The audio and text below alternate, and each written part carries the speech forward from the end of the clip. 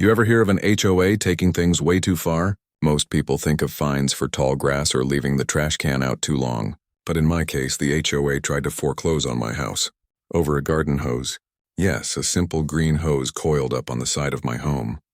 It started with a letter taped to my door. The violation said hoses must be completely hidden from view. I thought it was a joke. My hose was neatly coiled, not stretched across the lawn, but apparently it didn't fit the HOA's idea of aesthetic uniformity. At first I ignored it, but then the fines began. $25 the first week, $50 the next, $100 the week after. By the end of the second month, the HOA claimed I owed over $2,000 in fines because of that one garden hose. I went to the next HOA meeting to reason with them. I brought photos, showed that I was following county guidelines, and pointed out that plenty of other neighbors had hoses in plain sight. But instead of listening, the board doubled down. One member smirked and said, "Rules are rules. If you don't like it, you can pay the fines or move."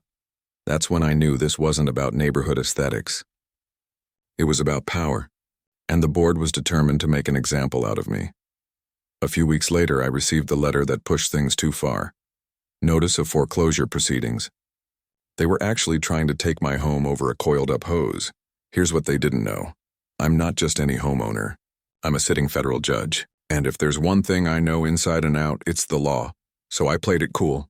I didn't yell. I didn't threaten. Instead, I documented everything, every letter, every fine, every notice. I let them proceed, stacking up evidence against themselves. When they finally filed foreclosure paperwork, I responded on official letterhead and filed a motion that outlined exactly how they had violated due process and state HOA statutes. When the first court date arrived, the HOA board walked in looking smug, thinking they were about to win a quick default judgment. But the second they saw me walk into that courtroom in full judicial robes, the color drained from their faces.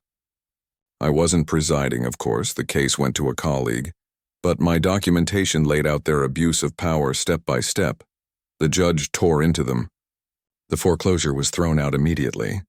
The HOA was ordered to pay all legal costs, refund the bogus fines, and even faced sanctions for harassing not just me, but several other homeowners they had bullied in the same way. What started as their attempt to make an example out of me turned into a legal disaster for them. The fallout was brutal.